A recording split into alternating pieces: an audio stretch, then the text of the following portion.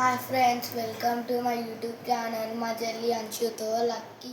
మా మమ్మీ మా చెల్లికి కాటుక బొట్టు పెడుతుంది. కాటుక బొట్టు అంటే ఫ్లవర్ డిజైన్ పెడుతుంది. మా మమ్మీ వేసిన కాటుక ఫ్లవర్ బొట్టు మీకు నచ్చినట్లయితే మా ఛానల్ని సబ్స్క్రైబ్ చేసుకోండి, లైక్ కొట్టండి, అలాగే కామెంట్ పెట్టండి. మా మమ్మీ మా చెల్లికి కాటుక ఫ్లవర్ బొట్టు వేస్తుంది. వెళ్ళి చూసేద్దాం పదండి. ఫ్రెండ్స్, మా పాపకి వాళ్ళ మమ్మీ కాటుకతోని ఒక డిజైన్ బొట్టు అయితే వేస్తుంది. మరి ఎలాంటి బొట్టు డిజైన్ వేస్తుంది, ఎలా వేస్తుందో మీరు కూడా చూడండి.